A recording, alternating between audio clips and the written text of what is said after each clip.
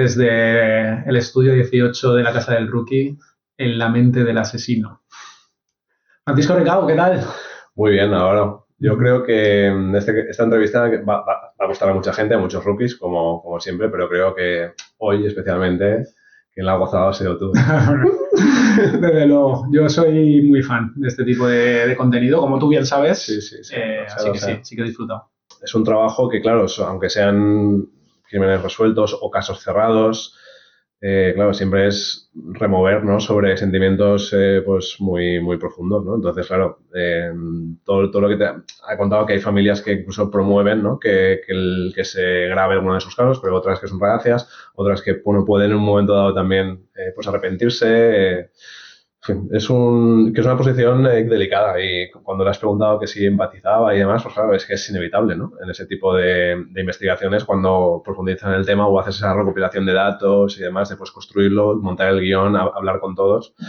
A mí que me ha gustado, hay algunas ideas, claro, es que hoy, claro, esta bola extra que me ha gustado y que no me ha gustado, en fin, que me ha llamado la atención, aunque son cosas que de alguna manera pues ya puedes intuir, ¿no? Comentado, por ejemplo, el caso de Ontinyent, pero que decía, ¿no? En ese pueblo la gente no quería hablar, ¿no? Y claro, después tú también has hecho referencia a cómo cambia la atmósfera social, ¿no? De ser una pequeña comunidad como un pueblo a ser una ciudad. Y sí, y es totalmente cierto. Recuerdo, estaba intentando recordar, no sé si en un artículo o un reportaje hace muchos años sobre sitios que están marcados por la crónica negra, ¿no? Y, por ejemplo, Puerto Urraco, demás, y Fago. Claro, y recuerdo que muchos de ellos, cuando la periodista iba por la calle preguntando, la gente no quería hablar.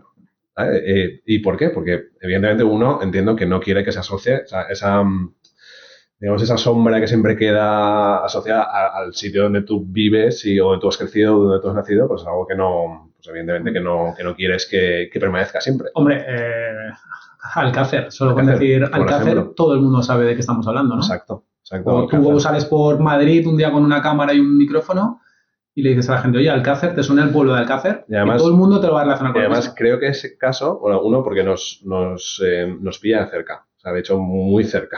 Estábamos a un tiro de piedra como el que dice, ¿no? Otra, que yo, si tuviera que decir un caso que marcó, o sea, que marcó mi infancia, es ese. O sea, es decir, yo tenía 8 o 9 años, recuerdo perfectamente el momento de psicosis, porque además yo soy de un pueblo cercano a Macastre, donde además se dice que pasó, o sea, que la fuga de Anglés pasó muy cerca de donde yo vivo, ¿no? Entonces se creó como una pequeña psicosis, ¿no?, en las poblaciones que recorrió, porque tal.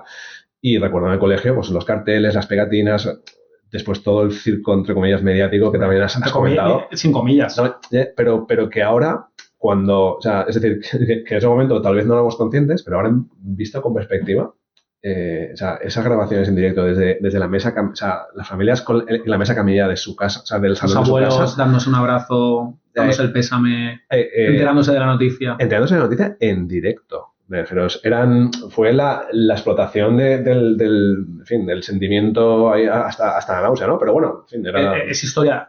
Es historia. Es historia de España. Sí.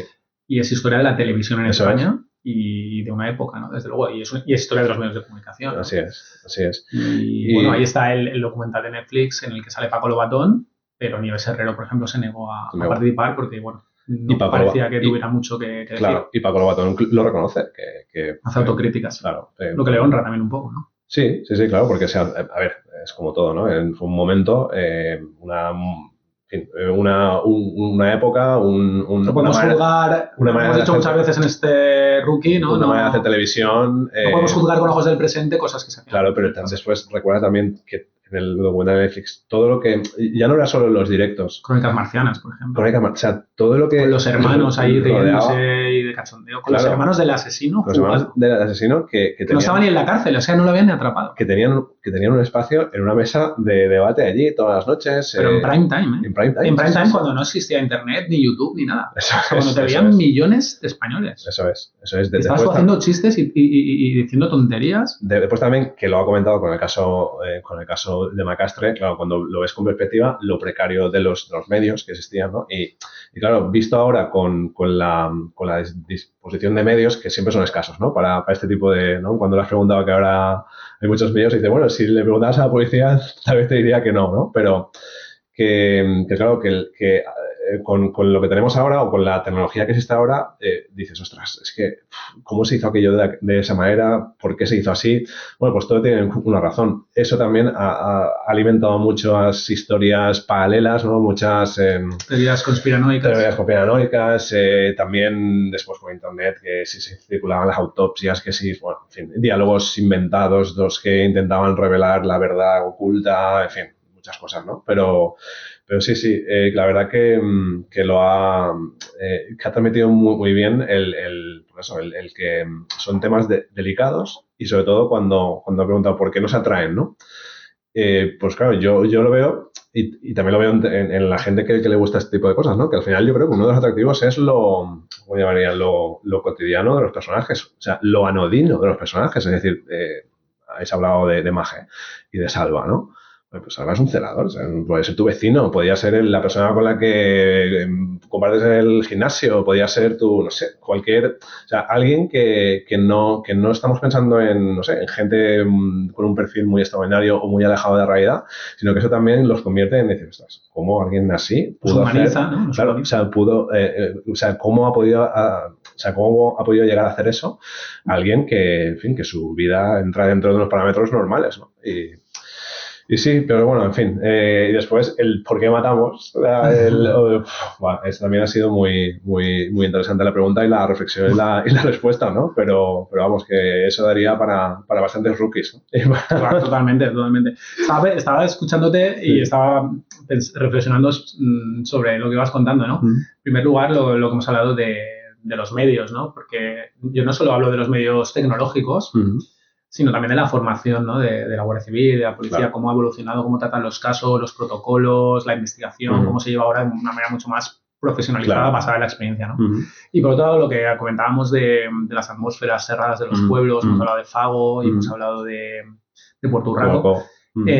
Claro, yo, por ejemplo, os recomiendo Rookies que veáis Castell en Crims, porque es otro ejemplo de un pueblo pequeño donde te cruzas con primero el sospechoso, luego el condenado, luego, o sea, es un clima asfixiante y es muy impresionante verla. Castell en Crims. Y me estoy acordando de la película de Asbestas, que también hace poco creo que estaba en Movistar, que es una ficción, no es un documental, pero también está basado en uno de los crímenes. Pues justo ahora que estamos hablando de esto, en este entorno. Me he acordado que no sé si, creo que no hay un Orafosca o un Crims, sí que puede que haya un podcast del crimen de Almonte. No sé si te suena. Sí, claro. Yo la primera vez que lo oí, de hecho fue en la radio y en directo, en Onda Cero, con Julia en la Onda, que creo que ya no está. Negro o algo así. Territorio Negro, que era Luis Rendueles y Manu Marlasca. O sea, que en realidad también montaron unos guiones muy bien, o sea, muy bien hechos. Eran formatos muy cortos, ¿no? De 10, 12 minutitos. El caso Mage, yo la primera vez que lo escuché fue ahí. Fue allí. Pues yo el crimen de Almonte, la primera vez que lo escuché fue allí.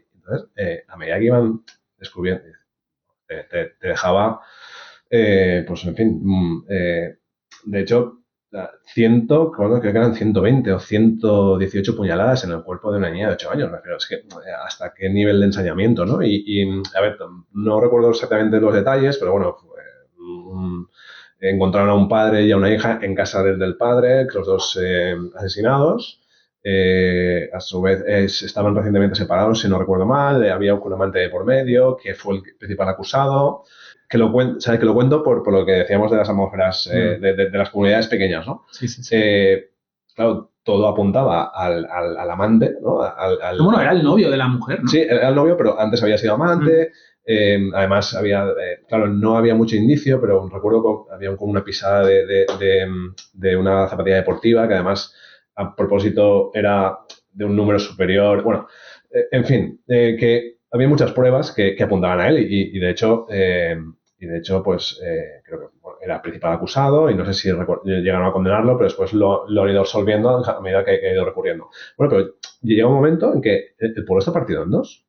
Es decir, esta persona, el principal acusado, es pues, alguien conocido en el pueblo, querido, no sé si tenía algún, no sé, pues participaba de alguna, o sea, de algún tipo de fiesta local, no sé si era, no sé, que no recuerdo ahora, ¿no? De alguna romería o algo similar. Sí, que pero, tenía cierta vida social, entonces, estaba integrado. el pueblo está dividido, ¿no? Entonces, pero dividido de verdad. Entonces, claro, imagínate a ver, para las dos partes, ¿no? Porque si es inocente, es inocente, eso está claro, ¿no? Pero para la parte de la familia que ha visto como un padre y una niña han fallecido, claro, el encontrarse con gente que dice, no, es que estáis acusando a alguien que no... El marido también murió, o sea, el ex marido del padre de la niña, los dos. Sí. Encontraron los dos cuerpos en casa. Está sin resolver. No, creo, si no recuerdo mal, él fue recurriendo y creo que el Supremo lo absolvió. Sí, pero entonces no... Sin resolver me refiero que no se ha encontrado al asesino. Exacto, no se ha podido probar. Sí. Vale, sí, Crimen de Almonte, Miguel Ángel Domínguez y su hija María, o sea, 39 años él y 8 años él, en su casa de Almonte, Huelva. Y se juzgó en septiembre del 2017 a Francisco Javier Medina, eso es, amante de la mujer y madre de las víctimas. Mariana Almeida. Pues eso, y nada, que es un ejemplo de lo difícil que a veces es gestionar, ¿no? Ese tipo de sucesos tan dramáticos, ¿no? En pequeñas comunidades. Y después, nada, yo creo que hoy hemos visto también un ejemplo de una profesión muy bonita, ¿no? ¿O qué? ¿Qué te parece? O sea, ¿no? O sea, ¿a qué te refieres? ¿El de programas de televisión? Claro, ¿no? El producir, o sea, el estar detrás, ¿no? Del poder crear un producto así, ¿no? El montar el guión, la parte de investigación, la recuperación de datos, el implicarse personalmente. También. Claro, te he dicho que en el último capítulo cuando hablaron del caso Macastre, ¿no? Que dice que el director, por ejemplo, ¿no? estaba totalmente volcado, ¿no? Sobre que hablamos muchas veces, ¿no?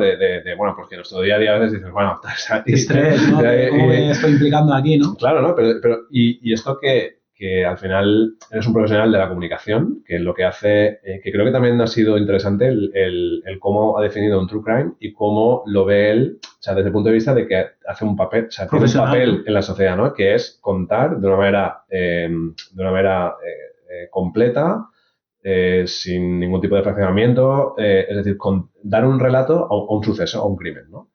Que lo que ha contado él también es que, claro, siempre nos llega la información por titulares, por noticias, y es información que nos llega de alguna manera por fascículos, ¿no?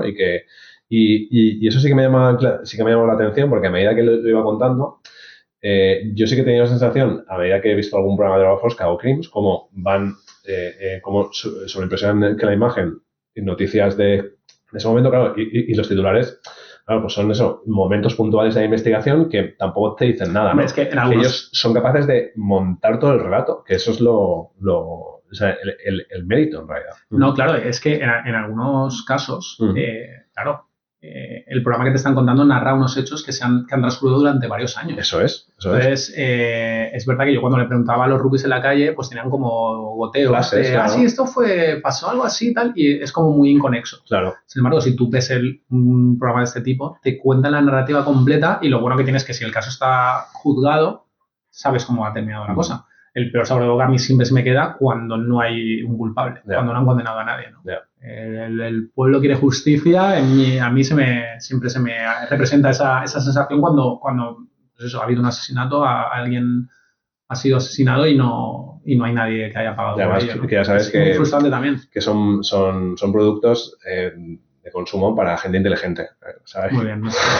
Ahí es cuando más me ha reconfortado el que yo vea ese tipo de contenidos y no cuando ha dicho que... Bueno, también luego ha dicho un problema psicológico también igual queremos, ¿no? Los que nos gusta este tipo Pero, por ejemplo, también, hablando de inteligencia, también ha comentado algo que yo no voy a discutir, ¿no? Pero claro que en muchas ocasiones el perfil del asesino es alguien con cierta, o sea, con poca inteligencia. Bueno, ha dicho que hay datos que dicen que la media, el coeficiente intelectual medio de las personas, de los criminales, es por media inferior al bajo. Sí, que no sé si serán los extremos de la campana de Gauss, ¿no? No sé si será gente que, digamos, con un coeficiente bajo o muy alto. No, ¿vale? Yo creo que de media estarán por debajo de la norma, ¿no? Y que eso puede también explicar claro, es que cuando... A ver, por ejemplo, perdona que te claro, corte. sí. Puerto Urraco, pues evidentemente ahí pues había incluso, a ver,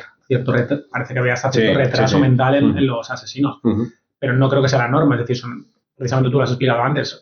Muchas veces estos crímenes se dan en gente que lo que tú dices, que puede ser tu compañero de trabajo en el hospital o podría ser una persona que entrena contigo en el gimnasio. Claro, pues dices, sobre todo también esto hila no solo con si son inteligentes o no, o en qué cabeza, o qué se les mete en la cabeza, es también el móvil, es decir, ¿pero qué necesidad para resolver esta situación? ¿Por qué tienes que matar si no es necesario? Se puede resolver con un poquito de madurez y de aplomo, ¿no? Porque muchas veces es por no afrontar una situación, por no aceptarla.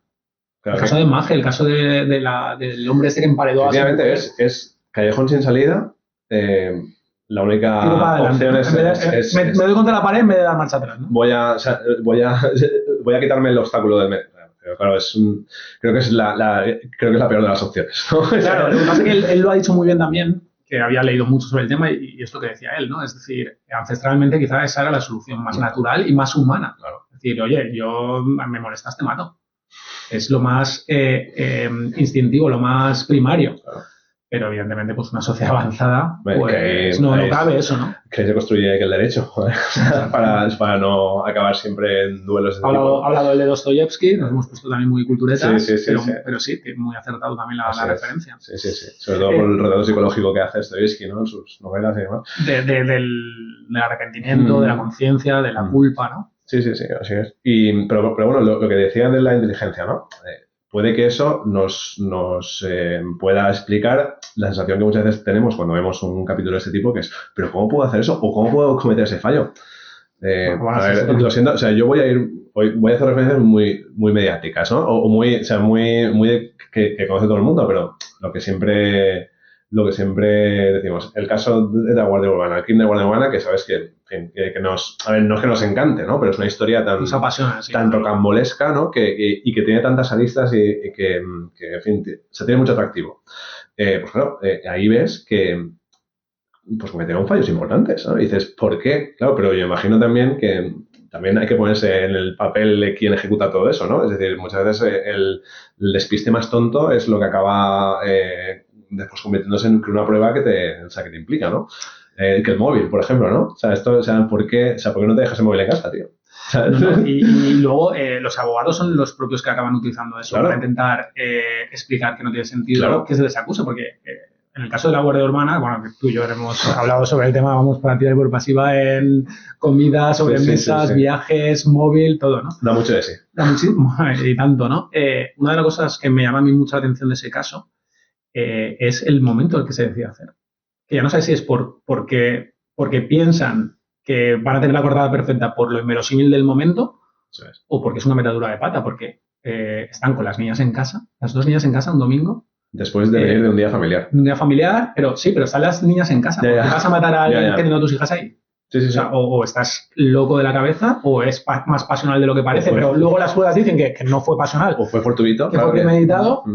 O con qué narices estabas pensando, ¿no? O estabas diciendo, vale, lo voy a hacer aquí porque nadie se va a creer que podamos hacer algo aquí después de este día, ¿no? Sí. Con las hijas en casa. Y además también, una de las cosas que... O sea, es que claro, es un tema que da mucho de sí, y sobre todo también el fiscal de ese caso, también lo hemos comentado una vez, que no recuerdo el nombre. Félix Martín. Félix Martín, qué bueno eres. Félix Martín, que bueno, que no sé si nos escuchará, pero en fin, que es un profesional, ¿no? O sea, vamos, que nos gusta, o sea, a mí por lo menos, ¿no? Y que creo que a ti también, y a todos nos gustó mucho cómo llevó la acusación. El relato, ¿no? El relato, cómo después también cuando lo han entrevistado, cómo ha conseguido expresar realmente el trabajo al que se enfrenta un fiscal. Y él hizo una cosa en una de las entrevistas que muchas veces no piensas, pero tienes que verlo desde su perspectiva. Dice, claro, es que usted se sienta en el sofá de su casa y alguien que es un profesional de comunicación le va a contar un relato con todo el lujo de detalles, testimonios, o sea, todos los puntos ciegos. No, un fiscal tiene retazos y tiene pistas sueltas que tiene que ir, o sea, a partir de una investigación policial que tiene que ir construyendo, además testimonios contradictorios, alguna gente que miente, cambios de versión, con todo eso tiene que construir un escrito de acusación que puede cambiarle la vida a una persona, ¿no? O sea, A ver, el tema del fiscal es apasionante. Sí. De hecho, pues bueno, él habla que en las cintas de Rosa Peral se siente engañado porque él cree interesante y necesario explicar cómo trabaja un caso y por qué o en qué se fundamenta para presentar una acusación y por qué cree que esa acusación debe ser firme. Pues él lo dice, ¿no? Pues con el objetivo de que se haga justicia y porque tiene que pensar siempre en la familia de la víctima y en que esa familia se le repare de alguna manera el daño, ¿no? Aunque no sea de forma total, pero sí por lo menos puedan descansar como que quien tiene la culpa de ese asesinato pues paga por ello, ¿no? Pero es verdad que en este crimen era muy curioso, es curioso o a mí me flipa cómo él consigue que acaben condenados los dos a base de indicios y a base de marcar una narrativa o un relato o una explicación de los hechos que no pueden dar lugar a dudas y que no pueden ser de otra manera, porque hay que recordar que ese crimen, el crimen de la Guardia Urbana, no tiene autor confeso, nadie confiesa hacerlo. No sé los dos sospechosos se acusan mutuamente, con lo cual todavía se complica más la cosa. No sé cómo murió. Claro, y luego no hay arma y la autopsia no puede determinar absolutamente nada. Sí, bueno, dicen que puede haber alguna herida en la columna, no sé qué, pero que el cuerpo está totalmente incinerado y por lo tanto no hay ni huellas ni ADN que pueda explicar nada. De hecho, el cadáver se identifica por unas prótesis que hay metálicas que no se queman. Si no están esas prótesis, directamente, a ver, apareces en el coche de Pedro desaparece, pues tienes que ser Pedro, pero no hubiera habido manera de demostrarlo. Entonces, claro, el fiscal aquí es clave para que realmente haya habido la condena que ha habido, porque, como dicen los abogados de los acusados, se ha condenado por indicios o sin prácticamente nada, como dice alguno de ellos. Sí. Entonces, ese fiscal le ha salido un club de fans muy grande, ¿no? Y a eso se acoge todavía la abogada del Rosa Peral, la propia Rosa Peral, ¿no? Y, en fin. Que ahora que dices eso, él ha hablado también del debate sobre si es interesante en este tipo de contenido entrevistar al acusado, porque le puedes dar voz y puedes generar que haya más confusión o incluso puedes de alguna manera estar blanqueando. Claro. Sí. ¿Qué es lo que ha pasado con Rosa Peral, las cintas de Rosa Peral en Netflix, ¿no? Claro. O en Cataluña Radio, que la han entrevistado. Claro, y justo ahí también, de alguna manera lo decía, que su propósito es dar un relato completo del caso y además sobre casos cerrados y probados. Claro, si tú introduces algún elemento que pueda, de alguna manera, dar indicios de que podría revisarse en la investigación, de que puede haber dudas, sombras, sospechas y demás, pero yo creo que ahí no estás, ¿no? Ahí estás ya cayendo ruido, que interferencias, ¿no? Sí, pero ¿qué interferencias? Porque estás como diciendo, oye, mira, que aquí, fíjate, le estamos dando pie al condenado a que, oye, a sembrar una duda razonable o generar pena o que empatices con él. Cuando estamos hablando de casos ya juzgados. Claro. Casos donde la condena es firme, ¿no? Claro, sí, pero incluso siendo firme, es decir, que el daño que se puede hacer es importante, ¿no? Porque en ese sentido, pero al final, bueno, también es una cuestión de marketing, ¿no? Es un personaje que vende y además es un personaje que no sé si a lo mejor por algún tipo de... ¿Por qué crees que vende tanto, tío? ¿Por qué dirías tú? Bueno, pues mira, pues justo es algo que iba a añadir. Pues bueno, yo creo que a ver, eso ella lo utiliza como incluso también su abogada y los periodistas que también se han posicionado a su favor, ¿no? Que habría que también es un debate interesante cómo un periodista de sucesos puede defender, o sea, puede ponerse de parte, ¿no? Que no entiende muy bien por qué, ¿no? Incluso en alguno de esos programas se habla de, ¿no? Recuerdo uno concreto de La Vanguardia, si me dices el nombre ya es para el premio, dice su visión, se la ha jugado desde una visión judeocristiana, como una mujer frívola, en fin. Sí, es colaborador de TV3. Sí, que de hecho que ha sacado un libro recientemente, si no recuerdo mal. Pero bueno, ¿por qué tiene tirón? Una porque es una persona con capacidad de comunicación, la verdad, o sea, es una tía locuaz. Se defiende bastante bien, es bastante segura hablando. También el atractivo físico creo que juega a su favor para concitar la atención. Y otra que claro, que el hecho de que pudiera llegar a tener digamos, hasta 3 y 4 relaciones en paralelo y que todos los hombres con los que estaba, salvo uno, que fue su vecino, pero que, o sea, que todos, de alguna manera, pues, siguieran un mismo patrón de comportamiento, en el sentido de que, en parte, llegaron a estar abducidos, ¿no? por su persona. Pues que es interesante, ¿no? A ver, yo creo que el poder de atracción que tiene, en este caso, la condenada por asesinato, no se sabe si fue la asesina o la inductora, claro, o la cómplice, no se sabe, porque nadie ha podido demostrar los hechos. Claro. Pues se radica un poco en el poder de seducción, ¿no? Claro. Es decir, la cantidad de hombres que seduce y, sobre todo, como eso está muy bien en la serie, claro, los seduce y los abduce, muy bien dicho, porque eso se ve muy bien en la serie. No solo los seduce, sino que los tiene, o sea, los vuelve locos. O sea, al punto de, por ejemplo, el de la pornovenganza se tiene que vengar de ella porque se vuelve loco. Su marido le tolera todo porque está totalmente sometido. Hasta que llega un momento. Pedro deja a su mujer y a su hijo que acaba de nacer hace unos meses, lo deja todo por ella. Bueno, Albert ha acabado de la cárcel condenado a más de 20 años. Es decir, claro, es que tiene un punch, un gancho a la historia. Albert, que claro, es alguien joven y demás, con su carrera profesional, además con bastante buena reputación, salvo algún caso un poco así. Bueno, en general decían que tenía muy buena reputación. Sí que es verdad que tenía que lo vincula también con ella, ¿no? Pero vamos, es que era alguien que no quería compromisos, que prefería vivir solo, ¿no? La vida familiar no la atraía, y al final parece que así fue, ¿no? Entonces, con todo el bote, ¿no? Efectivamente, el tonto del bote, ¿no?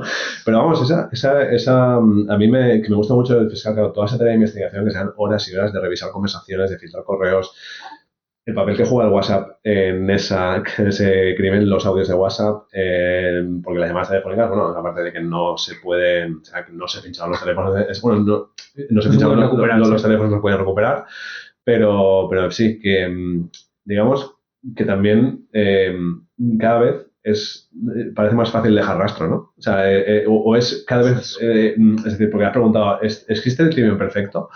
Pues que cada vez yo creo que es más difícil, ¿no? ¿O qué? A ver, yo desde luego, es lo que le he dicho también, desde luego yo si mañana quisiera matar a alguien, que no es el caso, no tengo, por suerte no tengo intención, ni intención ni ningún enemigo aquí en mente que a mí me apetezca hacerlo. También estos contenidos te hacen o sea, te desmenuzan y te diseccionan tanto la labor policial, que al final son un máster para asesinos, es lo que le he dicho. Es decir, yo a la hora de matar seguramente cometería muchísimos errores, pero digo que muchos ya tengo muy claro que no los voy a cometer, claro, porque sé cómo no los tengo que cometer gracias a ese tipo de contenido. Sí, así es. Sí, claro, o sea, es lo que... O sea, también, los repetidores móviles, las huellas, el ADN, claro, los casquillos de las balas... si fumas las colillas. Tus coartadas, claro, bueno, eso va con lo del ADN, ¿no? Tus coartadas, el móvil, que no esté mucha relación, el arma del crimen, todo. El cuerpo, que el cuerpo no se puede hacer una autopsia. Cuando ha contado lo de las colillas, que es referencia a un caso que yo no conocía. Buah, es impresionante, ¿eh? Pero tienes que ver, ¿eh? Yo me he acordado de, claro, a quien pillaron por una colilla, Tony King.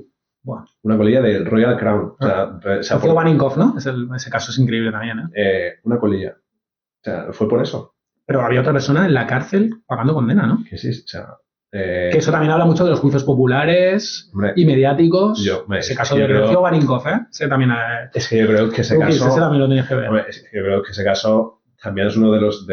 forma parte de la historia de España, ¿no? En el sentido de... tú que tienes buena memoria para esto... Dolores Vázquez era la que... A ver, claro. O sea, una persona que estuvo varios años, además, en la cárcel. Pero fue en los programas de televisión acusada por la madre de la con una presión mediática increíble. Diciendo que había sido ella, incluso después de... Lo sigue manteniendo. Además, con una relación que... Tóxica, sí. Y ambigua, ¿no? Ambigua, efectivamente, esa es la palabra, ambigua, porque nunca, o sea, como que nunca llegaron a decir si eran pareja o no, cuando todo parecía que eran pareja, se querían. Sí, pero era otra época, la relación entre lesbianas igual en determinados ámbitos... Claro, no estaban tan naturalizadas ni normalizadas, ni mucho menos incluso una mujer lesbiana acostumbrada a lidiar con ello. Y además eran dos mujeres adultas también. O sea, me refiero sí, por ejemplo, decir la verdad ya, a lo mejor para ellos el entorno era muy difícil. Y una mujer que venía, o sea, la madre de Rocío, que venía de un matrimonio, Pero sí, es un caso, y además creo que fue en HBO, estará todavía, de hecho, hay un Caso Baninkoff, un caso que entrevistan a Dolores Vázquez, que, claro, imagínate, o sea, hay un momento que policía, o sea, que la policía la presionaba tanto, a su vez presionada socialmente y a nivel de medios de, oye, hay que acusar a alguien, hay que sacar a alguien, alguien tiene que pagar, ¿vale? Porque sí, es así. El pueblo quiere justicia. Sí, es así, sí. Esto me recuerda al caso del asesino de la Baraja. También está en televisión española, hay una serie de 3 capítulos, en Netflix creo que hay, o en HBO, no sé, o en Amazon, no sé, también hay otro documental reciente. Él empieza a asesinar y a matar en época de elecciones y se acaba, bueno, creo que la policía incluso lo medio reconoce, que arrestan a un nazi, o sea, un simpatizante nazi y tal, no, porque había elecciones y tenían que decir que habían atrapado al asesino. Sí, y que luego sale, a las pocas semanas sale, y bueno, evidentemente no fue él, fue otra persona. Pero claro, en esa entrevista, además que habla de una manera muy serena, ¿no? Y ya ha pasado mucho tiempo, aunque evidentemente claridad. De hecho, no la han recompensado. Si no recuerdo mal, ella no está indemnizada ni nada. De ninguna manera. O si lo han hecho, pues habrá sido algo irrisorio, ¿no? Para el daño y para el perjuicio que le han causado, ¿no?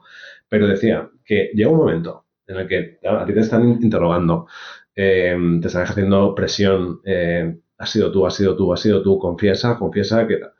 Llega un momento que le dice a su abogado, puede que yo lo haya hecho y no recuerde. O sea, llega a dudar de ella misma. Fíjate, o sea, es que... Claro, es que las personas al final... O sea, cuando lo cuentas es un poco desgarrador, ¿no? En el sentido de, claro, es que esa persona de repente está sola, están todos contra ella y claro, o sea, está vendida, ¿eh? O sea, porque, como decimos en Valencia, a ningún que le pase, ¿eh? Efectivamente. También estoy dándole vueltas al tema del crimen perfecto y a lo de los crímenes sin resolver. Bueno, ahí está el de Marta del Castillo, que sí que hay una persona condenada y que está cumpliendo condena, que es Miguel Carcaño, pero porque él confiesa... ¿no? Bueno, claro, el cadáver no ha aparecido, por supuesto, y han dado 1000 versiones, pero claro, se ha hecho muchos foros, ¿no? Si él no llega a confesar que él lo hizo, no hay manera de probarlo, ¿no? Ese juicio habría que haberlo visto, ese juicio, con la policía aportando pruebas, sin cadáver, sin arma y sin ADN. Además, la cantidad de medios que han movido las diferentes declaraciones que ha tenido a lo largo de todos estos años, ¿no? Sí, pero... Está un vertedero, está un tal, está... Aparte del maltrato y del dolor psicológico y emocional que seguramente ha supuesto ahora a las familias todo ese proceso de cambios de versión y esperanzas que al final no se cumplen, es lo que te digo, es decir, si Miguel hubiera negado que lo ha hecho, Miguel Carcaño, y hubiera tenido que comparecer a un fiscal, pues o llaman a Félix Martín o se libre, porque no hay pruebas, no hay ADN, no hay arma del crimen y no hay cadáver. Sí. Y ahí también se habla mucho de, pues ahora hemos hablado de las praxis policiales y tal, se pone muy en tela de juicio la actuación policial en las primeras horas. Ese protocolo, por cierto, ya ha cambiado. O sea, ahora mismo, si Marta del Castillo hubiera sido asesinada hoy, el protocolo no hubiera sido ese. Es decir, se hubiera actuado desde ese preciso momento. No como cuando el padre va a la comisaría y le dicen, bueno, es una chiquillada, seguro que mañana aparece, ¿no? Eso ahora, a día de hoy, en cuanto desaparece alguien y hay sospechas, se empieza a actuar. Eso se ha cambiado ya, ese protocolo. Pues afortunadamente no, porque a lo mejor no lo sabemos, pero tal vez hubiera ayudado, ¿no? a esclarecer algo más ese crimen que, bueno, pues para los que somos padres, pues imagínate, ¿no? La pena añadida a la pérdida de un hijo, ¿no? El saber que no sabes en qué circunstancias ni dónde está y lo que te digo, que igual sabes que se podría haber hecho más si en las primeras horas hubiera actuado, ¿no? Y es una de las cosas que se desliza, está en Netflix también, está en Netflix, bueno, una de las plataformas que lo puedes ver y es una de las cosas que se deslizan porque no se actuó de forma mucho más temprana en cuanto el padre denunció, oye, esto no es normal, mi hija tendría que estar aquí. Que volviendo al caso paradigmático, ¿no? de nuestra infancia, el crimen de Alcácer también tuvo hace relativamente poco tiempo, se revivió a través de los documentales, que tú seguro que lo has visto, el City of Plymouth, ese barco, que también es una cosa increíble. O sea, Es decir, ¿dónde? Sin resolver también. Sin resolver. ¿Quién ayudó a Antonio Anglés a escapar? ¿Cómo pudo una persona cruzar España entera, de pasando por tu pueblo, este a oeste? Pasando por tu pueblo. Sí, y además, pasando por el pueblo y además durmiendo en una caseta de campo del término municipal. Además, digamos, parando un coche de un agricultor y amenazándolo para que lo dejara, creo que lo dejó por la altura de Requena o algo así. ¿Cómo eso hoy en día entiendo que sería imposible, ¿no? O no lo sé, pero claro, después llega un barco, es un polizón, alguien le ayuda, o sea, alguien le abre la puerta. Primero se tira al mar, lo vuelven a subir, como que, o sea, lo encierran en un, no sé si un calabozo o algo. Lo clavan tablas en la puerta para fijar la puerta y que no pueda escapar. Claro, pero entonces ahí ya, o sea, me refiero que llegan a Dublín y el rastro perdido. Ya está. Y claro, dices, ¿esto se sabrá algún día? Pues al final sí que dicen que si encontraron algún cadáver de tal, que si pueden hacer una prueba de ADN, pero... Que además ese es el documental de Anglés, la historia de una fuga o algo así, está en Netflix, que sale Teresa Domínguez, también, por eso dice, nos decía Pedro fuera de cámara que está ya la pobre un poco saturada. Un poco lo que hablábamos, ¿no? Él hablaba de Benidorm, del caso que van a tratar en la temporada 4, del asesinato de una familia británica, que tuvo más repercusión allí, ¿no? Por Scotland Yard, porque eran británicos. Claro, ahí en este documental de Anglés hay un policía de la Guardia, creo que es de... La Guardia se llama La Garda, ¿no? La Garda es la policía irlandesa. Bueno, que les dice, a ver, es que es vuestro asesino, no es nuestro asesino. Yeah. Sí. Entonces, como diciendo, a ver, nosotros lo de la identificación del cadáver, bueno, ¿por qué no se hizo? Al final nosotros os podemos ayudar, pero es vuestro asesino. Y el tema no es asesino de Irlanda, y el tema de la España. Interpol, no sé cuántos días después llegó, o sea, me claro. Los brasileños también dijeron, bueno, esto, una semana estuvimos mirando la casa de la familia y, bueno, no apareció, pues ya, otra cosa, ¿no? Y más en Brasil. Ya ves. Sí, qué cosas, pero sí, mira, cerrando la bola extra conforme hemos empezado, nada, otro sitio, ¿no? Del que está hipermarcado, ¿no? Para siempre, el Alcácer, y además es que yo, claro, nos pilla muy cerca, yo es que estaba hasta en la discoteca donde iban las niñas. Color, ¿no? Color, yo cuando fui ya se llamaba de otra manera, porque evidentemente ya ese nombre ya se asoció evidentemente a ese crimen y ya pues tuvieron que cambiarlo, ¿vale? Pero vamos, sí. Y quedó el estigma ese para el pueblo, por supuesto, que se ha marcado para siempre. Sí. Y bueno, luego las madres siempre era, no te subas a ningún coche, ¿no? O sea, fue una psicosis brutal y aparte, bueno, todo mediáticamente fue algo muy llamativo. Yo recuerdo esas imágenes del pueblo entero en directo, reclamando el ojo por ojo, diente por diente, es decir... Pero, por ejemplo, ahí también... Una locura. Historia de España, tío. A mí me sirvió para revisando, porque en el documental salen muchas imágenes, muchos testimonios, salen muchos cortes de interrogatorio del fiscal, ¿vale? Que también tiene un papel muy importante. Y claro, ahí es donde te das cuenta bueno, pues que con los medios que había en su momento, con la autopsia, como se hizo, pero estaba claro quién lo hizo, ¿vale? Y ¿por qué lo hizo? Pues porque eran unos locos. Pero me refiero que en el juicio no se ven las lagunas, o por lo menos yo no vi esas lagunas tan grandes que después se magnificaron como que que hay muchas cosas que se han hecho mal aposta, se han tapado, esto era un encargo, esto era un tal... Es un cóctel donde se juntan muchos ingredientes que hacen que la teoría de la conspiración florezca. Claro. No había los medios que había como hay ahora, los medios eran mucho más importantes, es decir, tenían más repercusión un programa de Antena 3 que el que tiene ahora. Claro.